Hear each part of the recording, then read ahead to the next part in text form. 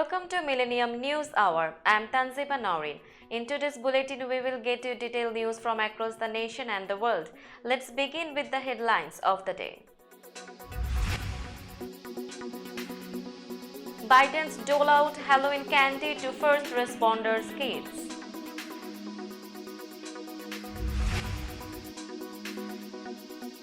"15 hurt, including 3 children, in Chicago Halloween shooting."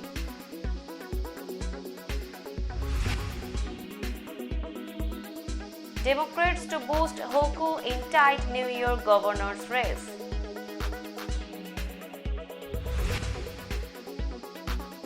Text to Kansas voters rile Democrats' top election official.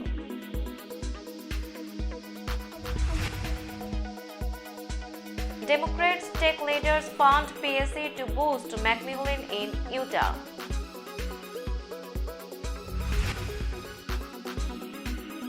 Ohio seeks to become latest state to ban non-citizen voting.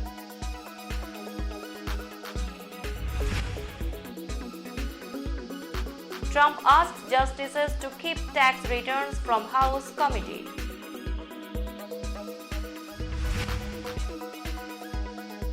Police says Pelosi suspect wanted to break speaker's knees.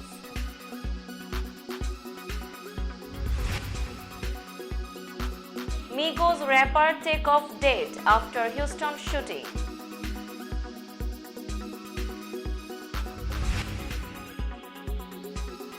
Orange County declares health emergency due to viruses.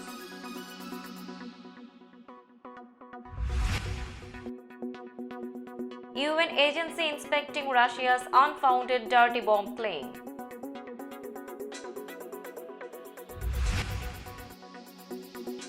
North Korea warns US of powerful response to allied drills.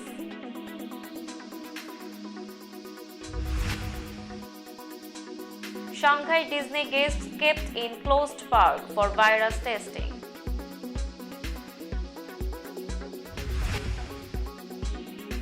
Perfect 10. Taylor Swift sets Billboard Hot 100 first.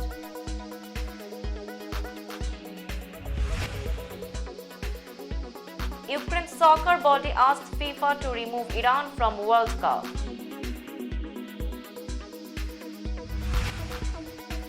And Chubb runs for 2 TDs, Browns blast Burrow, Bengals 32-13.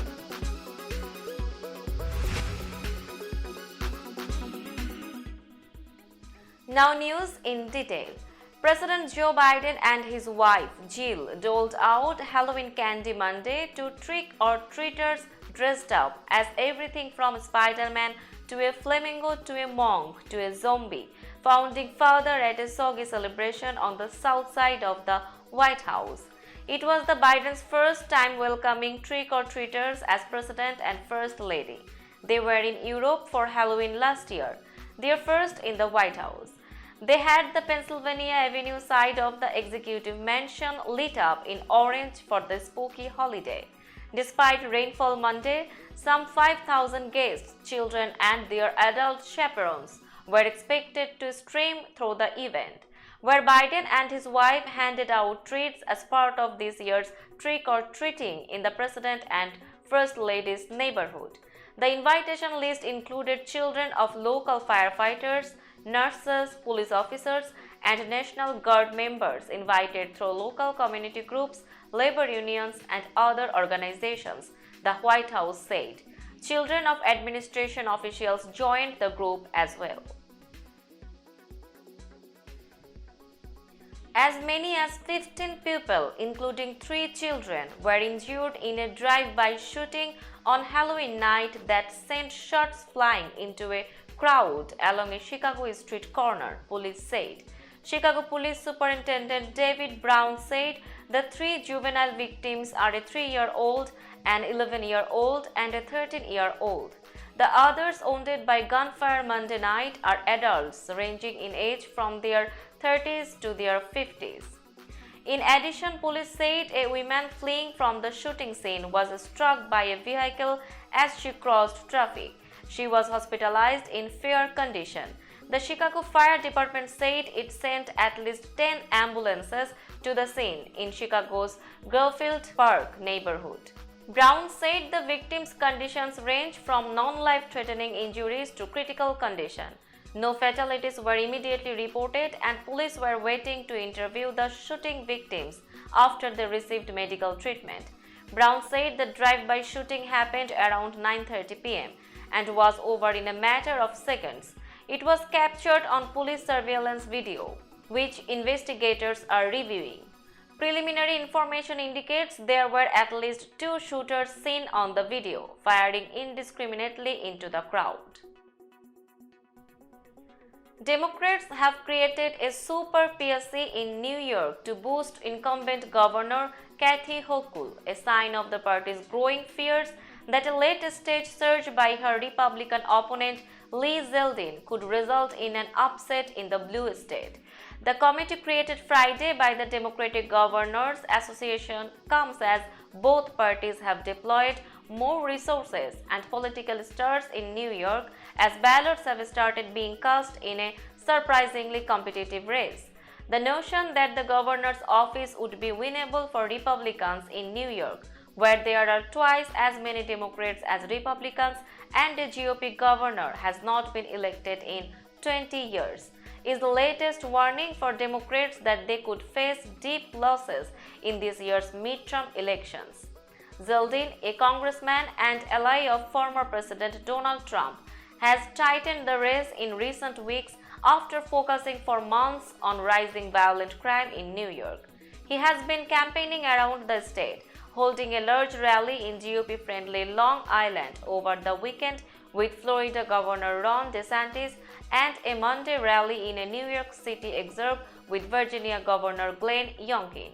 Hochul, in return, has brought on former President Barack Obama to appear in a new radio ad on her behalf and is planning a Thursday rally with Hillary Clinton in New York City.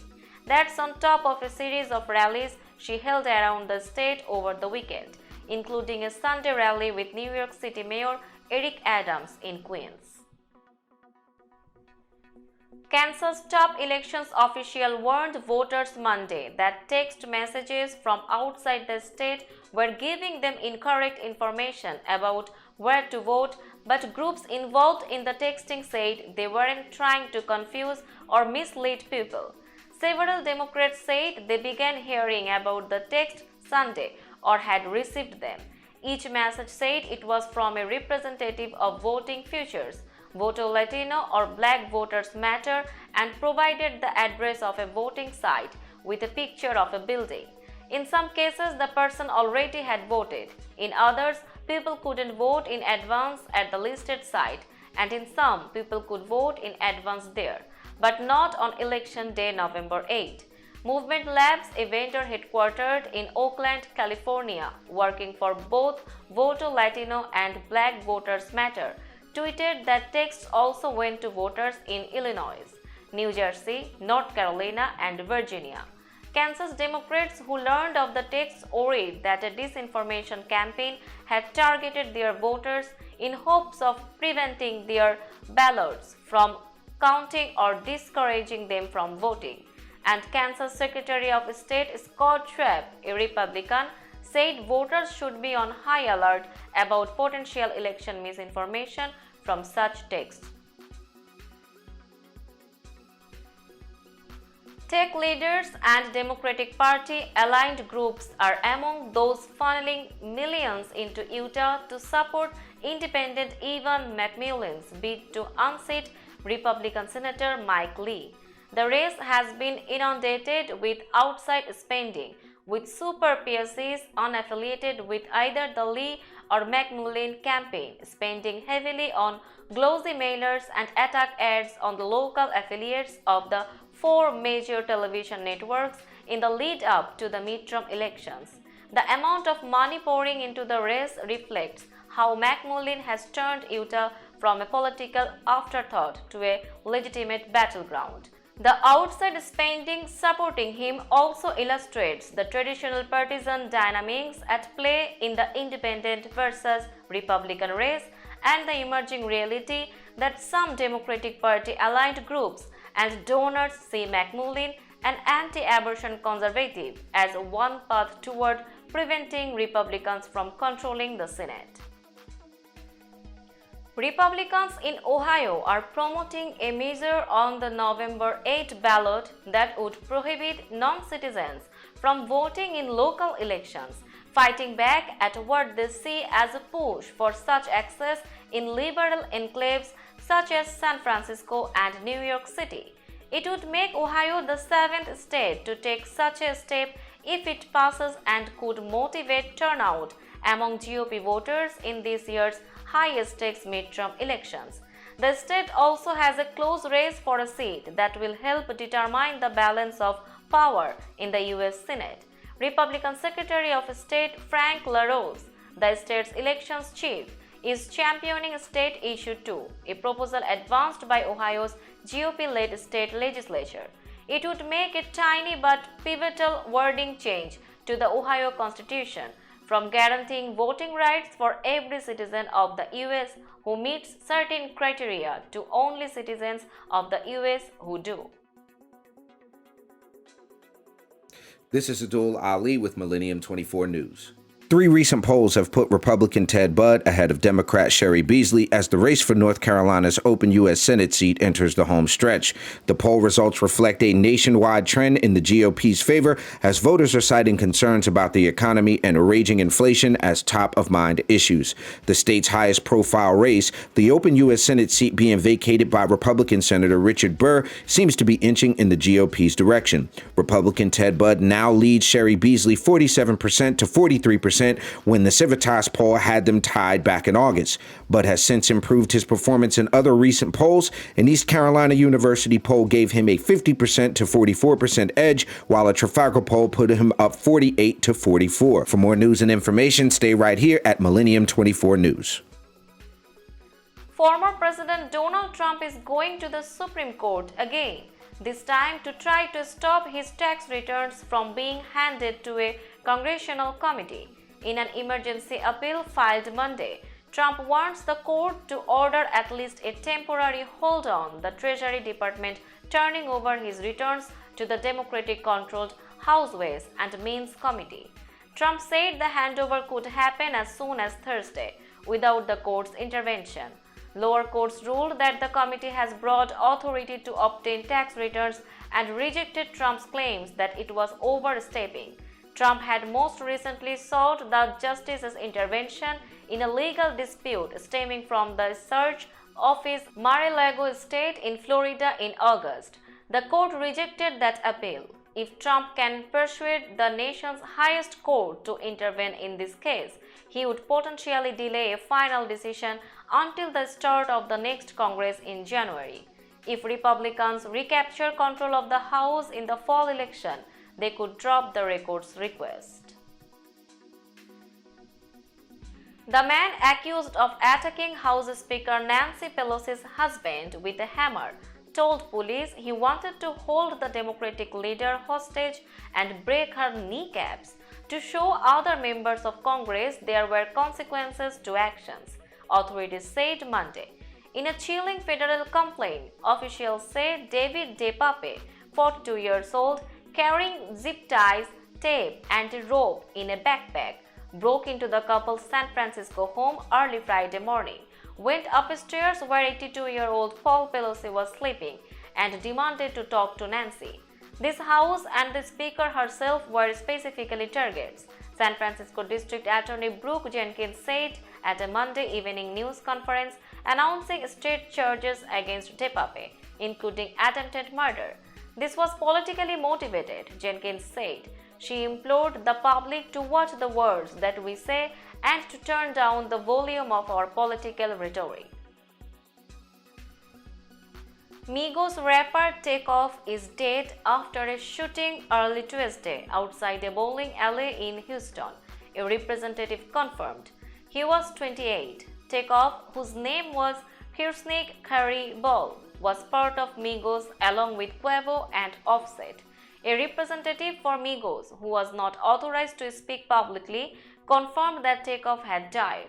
Police responded shortly after 2:30 a.m. to reports of a shooting at 810 Billiards and Bowling, where dozens of people had gathered on a balcony outside of the bowling alley, which is on the third floor, police said. Officers discovered one man dead when they arrived. Security guards who were in the area heard the shooting but did not see who did it, a police spokesperson said. 2 other people were injured and taken to hospitals in private vehicles. No arrests have been announced. A health emergency has been declared in Southern California's Orange County due to rapidly spreading virus infections.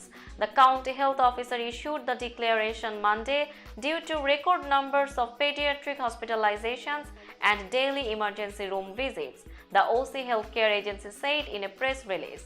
Additionally, a proclamation of local emergency has been declared, which allows the county to access state and federal resources to address the situation and seek mutual aid from surrounding counties, the statement said.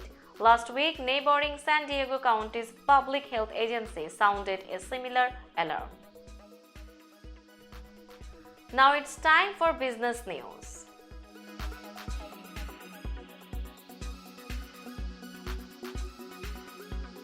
Today's New York stock close price is 14,806.23. The NYSE Composite is decreased by 59.20 points or 0.40%. Tokyo stock close price is 27,678.92. The Nikkei 225 index is increased by 91.46 points or 0.33%. Shanghai stock close price is 2,969.1995. The Shanghai Composite Index is increased by 75.72 points or 2.62%. Hong Kong stock close price is 15,455.27. The Hang Seng Index is increased by 768.25 points or 5.23%. Bombay stock close price is 61,121.35. The Sensex Index is increased by 374.76 points or 0.62%. Now it's time for global updates. Experts from the United Nations Nuclear Power Agency inspected 2 sites in Ukraine on Tuesday that Russia identified in unfounded claims that Ukrainian authorities planned to set off radioactive dirty bombs in their own invaded country. Russian strikes targeting 8 regions of southeastern Ukraine killed at least 4 civilians and wounded 4 others in 24 hours, the Ukrainian president's office said. Tens of thousands of people faced power blackouts and water shortages following Russian shelling of energy infrastructure in 10 regions on Monday. International Atomic Energy Agency Director General Rafael Grossi said the inspections for evidence of a so-called dirty bomb requested by Kiev in the wake of the unsubstantiated Russian allegations would be completed soon. In the wake of battlefield setbacks for Russia in its war in Ukraine, top Russian officials, including President Vladimir Putin, made unsubstantiated accusations that Ukraine was manufacturing such an explosive device which scatters radioactive waste. The Russians, without providing evidence, alleged the Ukrainians planned to make the purported bomb look like Russia's doing. North Korea's foreign ministry criticized the United States for expanding joint military exercises with South Korea that it claims are practiced for a potential invasion, and it warned Tuesday of more powerful follow-up measures in response. The statement from the ministry came as the US and South Korea conduct aerial drills involving more than 200 warplanes, including their advanced F-35 fighter jets, as they step up their defense posture in the face of North Korea's increased weapons testing and growing nuclear threat. North Korea has ramped up its weapons demonstrations to a record pace this year, launching more than 40 ballistic missiles, including developmental intercontinental ballistic missiles and an intermediate-range missile fired over Japan.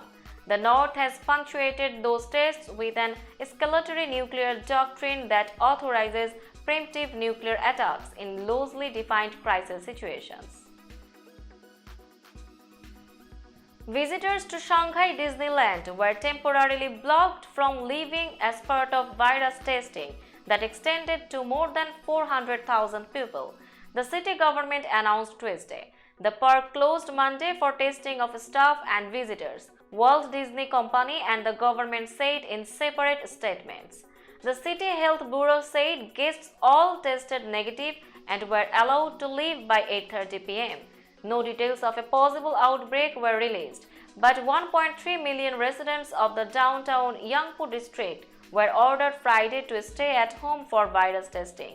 President Xi Jinping's government is sticking to a severe zero-COVID strategy that has shut down Shanghai and other cities this year to isolate every case while other countries are easing antivirus controls. Also Tuesday, authorities in the Southern Territory of Macau were carrying out virus tests on all of its 700,000 residents after one case was found last week. Taylor Swift scored a 10 out of 10 as she became the first artist in history to claim the top 10 slots of the Billboard Hot 100 chart with tracks from her new record Midnights. Billboard reported Monday that Swift surpassed Drake, who had held the previous record with 9 of the top 10 songs for a week in September 2021. The new album came out October 21st with both a 13-track standard release and a deluxe version with another 7 bonus tracks. It has had one of the biggest album launches in nearly 7 years. Billboard also reported that Swift now ties with Barbara Streisand for the female artist with the most #1 albums. The #1 spot belongs to Anti-Hero, whose lyrics "It's me, hi, I am the problem, it's me" have quickly become a TikTok trend. The other top 10 songs include Lavender Haze, Maroon, Snow on the Beach, Midnight Rain, Bejeweled, and Question. The numbers are for the week October 21st to October 27. Now a look of today's sports stories.